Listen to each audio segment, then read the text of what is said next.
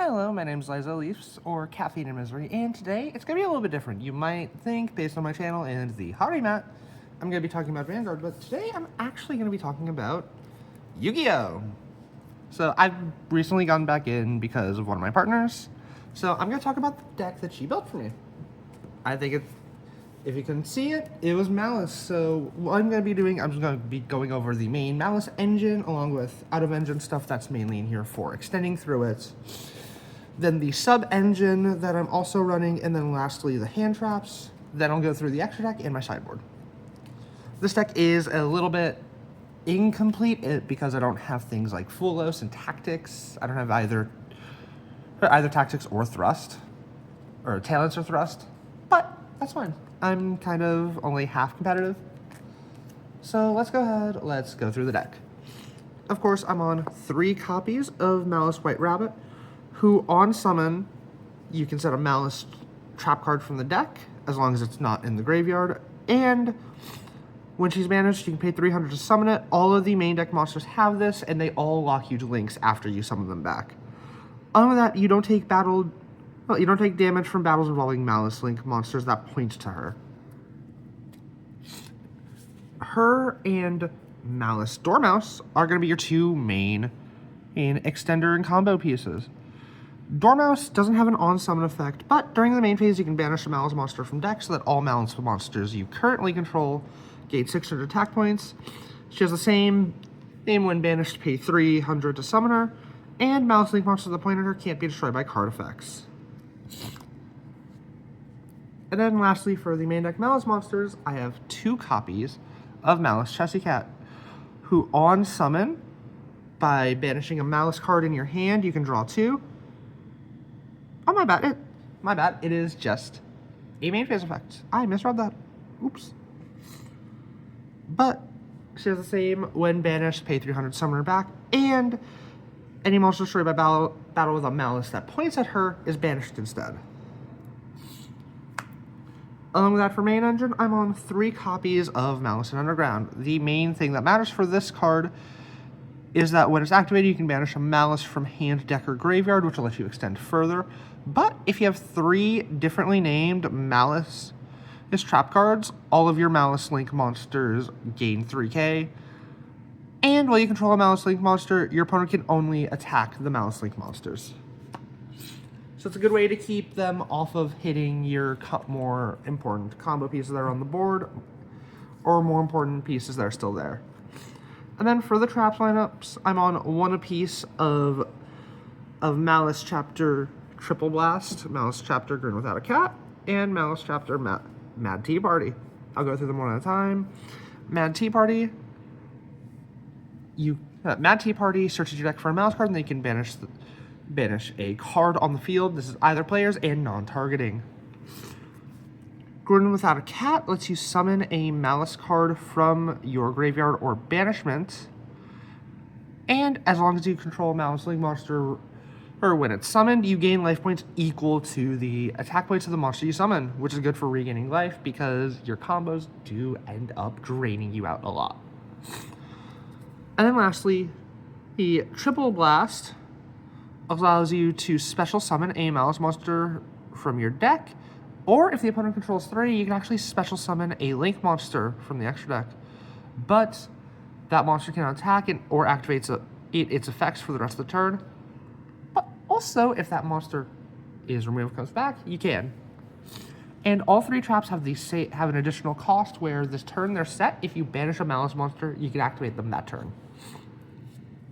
And lastly, for extenders for the deck that are mainly in here as extenders, I've got the one of Dotscaper, who once per duel, when it's sent to the graveyard, you can special summon it, or when it's banished, you can special summon it, but you can only use one of those effects per turn.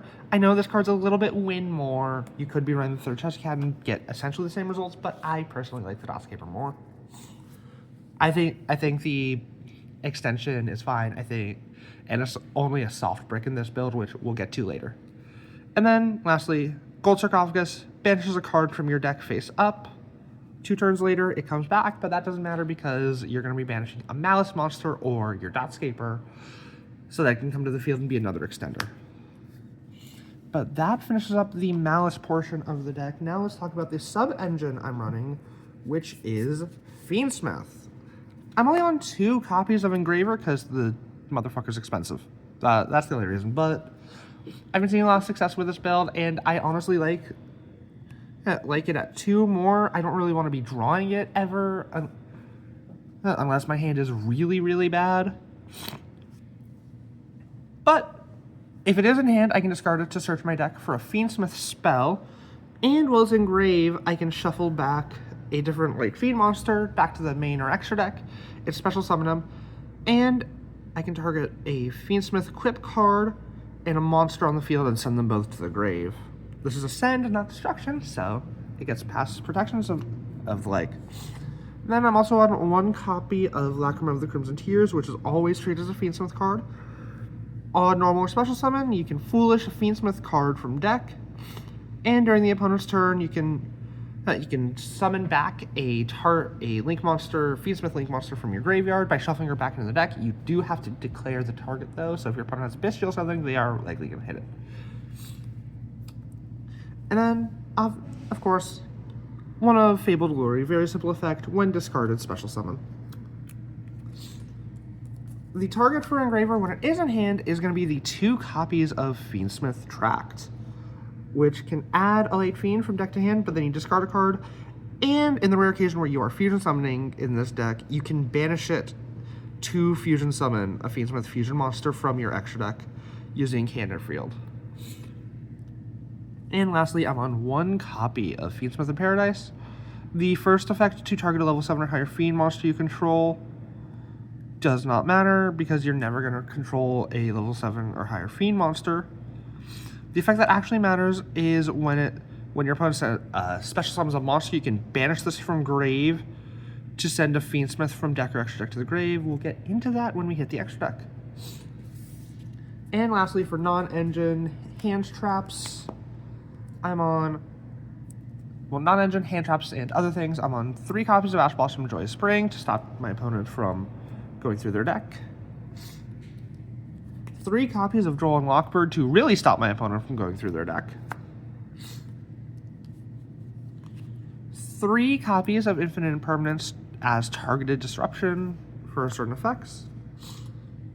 My Bestial lineup's a little bit weird because I don't actually own a full suite of them, so I'm on 2 copies of Druis Worm and 2 copies of Baldrake. Hey, they both have the same summoning condition. You can banish a light or dark from either player's graveyard to summon them, and if your opponent has a monster, that summon condition is a quick effect. This is summoned by effect, so if your opponent has a response, they can't stop it. But along with that, when it's sent from the field to the graveyard, I can target a special summon monster on the field and send it to grave. This is, again, a send, not destruction, so it bypasses that. And it's when it's sent from the field, it doesn't have to be destroyed by opponent's card effect or anything, it can just be linked away. Baldrake, on the other hand, has the same summon effect, and when the opponent special summons a Ritual, Fusion, Synchro, Xyz, Link, you know, the not normal effect monsters, you contribute a different light or dark monster, and then banish one of the monsters they special summon. And then I'm on 1 copy of Called by the Grave to stop hand traps, and 3 copies of Allure of Darkness. This is very much a win more card. It's technically an extender for the Malice half, since if you draw 2, you banish the Malice in hand, the Malice will summon itself. But it's a little bit risky. It's really easy to interrupt. But that's the main deck for the extra deck. We're going to start same way. We're going to go through the Malice side, then the Fiendsmith side, and then other generics that are in the deck. For the Malice side, the main Malice combo line stuff, I'm on 1 copy of Heartscriptor, who requires 3 monsters, including a Malice, and has the special ability to target one of your banished Malice cards to shuffle it in the deck, and if you do, you can banish 1 card on the field, non-targeting, and if it points to a monster, the activation effect cannot be negated. Along with that, it has the summoning condition of all the additional when banished summoning condition of all Maliss Link monsters that for 900 she can come back. And when she comes back off that effect, she doubles her attack points. I'm also on 2 copies of Whitebinder. The reason I'm on 2 is because of Kashtira Fenrir. If they hit it, it does kind of completely kill your ability to play through certain combo lines, so you do need access to Whitebinder. But on summon, you can banish 3 cards from grave, either player's graveyard, which means it can be an extender for you, it can be targeted removal for your opponent. During your main phase, you can set a Maliss Trap from grave, same as White Rabbit. And when it's banished, pay 900, special summon it, and draw a card. So she's also going to give you more hand advantage. And then the last one that I am on for Maliss named Link monsters is 1 copy of Red Ransom, who requires 2+ monsters, including a Maliss. On summon, you get to search a Maliss spell trap, or a Maliss spell, which currently the only target is Maliss and Underground, the field spell. When she's banished, you can pay 9 to summon her, and she'll banish a Cyberse monster from deck. That's one of the main reasons Dotscaper is still in here. He's your banished target to bring back. And as long as she points to a monster, the original attack defense of your opponent's monsters are switched. And then lastly, for stuff that is mainly for the Maliss side of the deck, and that is out of engine, I'm on 1 copy of Haggard Lizardos, who just needs 2 monsters with different names. You can banish a monster from your face-up field or graveyard with 2,000 less attack. Then target a face-up monster on the field. Its attack becomes the attack of the banished monster. Then it has another thing that if it's reptile, you draw a card, but that doesn't matter here. The banish is cost. So if you banish a card that it's already banished, your opponent, even if your opponent wastes interaction on this, you're still going to be able to summon back that Maliss you banished. And of course, Link Decoder, who requires 1 level 4 or lower Cyberse monster, and when sent to the graveyard as link material for a Cyberse Link with 2,300 more attack, he comes back as banished when he leaves. So whenever you go into any of your Maliss links, you'll be able to get him back as an extra extender. But that covers the Maliss part of the extra deck. Now let's go ahead and go into the Fiendsmith part. Of course, I'm on 1 copy of Moon of the Closed Heaven. Its effect really doesn't matter. It's just here to be an extender to go into Fiendsmith Requiem, who requires 1 Light Fiend monster, or to go into. You might notice he's a Light Fiend. And the big thing about Requiem is you can tribute it to special summon a Fiendsmith from deck, and you can target a Fiendsmith card in your field and equip it. And the equipped monster gains 600 attack. The thing is, you have to target a non-link. On that, I'm on 1 copy of Fiendsmith's Desiree, who the big thing is about why this is here. It's for the Fiendsmith in Paradise. Fiendsmith in Paradise, when you banish it to send from the extra grave, use target Desiree, who, when it's sent to the graveyard, you can shuffle another Light Fiend from a grave back to the deck or extra deck, and target a card in the field, send it to grave. Again, it's more non-destruction, non-banish removal, which is really good into a number of different decks. And lastly, the last card that I'm counting as the Fiendsmith part of this deck is Abaoku, the Lightless Shadow. This is a link 4 that requires 2+ monsters, including a Fiend monster, so you need the Fiendsmith part of the deck to go into her. During the main phase, quick effect, you can discard a card and either destroy a card or field, or banish her to special summon a light or dark monster from grave. You do not have to declare which one you're targeting. You just have to declare that you're special summoning. And along with that, during your standby phase, for every different type in your graveyard, you'll draw cards from your deck, and then you get to put on the bottom of the deck the same number of cards. You have to do that. It's the balancing act, but it lets you mold your hand in follow-up turns so that you have the ideal follow-ups.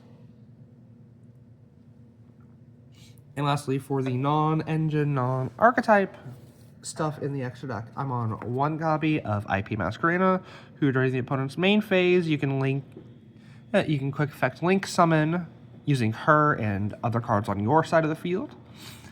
And the monster you summon, and using her as material, does not have to be by that effect, cannot be destroyed by card effects. Typically, you're going to be going into SP Little Knight, who, when she is summoned using an extra deck monster, she can target a card on the field or graveyard and banish it, either players. And when your opponent activates a card or effect, you can target two monsters, one on your field, one on your opponent's, and banish both. Technically speaking, you can actually target 2 cards on your field. It's just all that matters is that one of the cards you target is on your side. And lastly, I'm on 1 copy of Link Spider, who requires a normal monster. This is for when you get in Beerood. 1 copy of Splash Mage, who requires 2 Cyberus monsters and can special summon a Cyberus monster from grave in defense position. But you're Cyberus locked after that. And Access Code Talker for obvious kill turn reasons. When he's summoned, as long as you use Link monster, you can give him 1,000 for one of the Link monsters, for each Link rating of one of the Link monsters material, and you can banish Link monsters from grave to destroy cards on the field as many times as you have different attributes.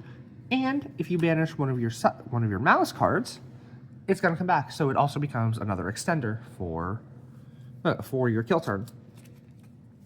And lastly, for my side deck, I'm on 3 copies of Artifact Lancia, which you contribute from hand or field to stop both players from banishing for the turn, and 1 copy of Artifact Sanctum, which special summons an artifact from deck. Or if it's destroyed, if it's destroyed by an opponent's card, you can destroy a card on the field. And I'm mainly doing this for the mirror match, so that when my opponent starts their plays, I can go ahead and Lancia. That cuts off a lot of their plays if they're on pure Maliss. The reason I like the Fiendsmith stuff is because it gives me stuff I can still do without the Banish Zone. Along with that, speaking of banishing, I'm on 3 copies of Dimension Shifter, who, when he's discarded, while you have no cards in grave, every card that's sent to either player's graveyard until the end of the next turn is banished, so he becomes a way to stop your opponent from doing plays, especially if they need their graveyard. I'm on a Harpy's Feather Duster for any any trap focus decks. 3 copies of Forbidden Droplet for board breaking. 3 copies of Book of Eclipse for certain matchups, mainly Ryzeal going first. I can flip it when they start their combos, I can flip it. They can't Exceed Summon anymore, at least not as easily. And then lastly, I'm on 1 copy of Dimension Barrier, which is mainly here for Ryzeal, but also a number of other cards. But that is going to be it for this profile. I'm probably going to be doing I'm probably going to be posting this after a couple of days so that I can also record a combo video. Show you my main combos, show you why I really like this version of the deck that my girlfriend built me. And I really do hope you guys enjoyed. I really like this old school style of deck profile. I kind of lay it out and yap for a little bit. But if you guys did enjoy, it's YouTube, you know the deal. Like, subscribe, all that jazz. And I will see you next time. Ciao.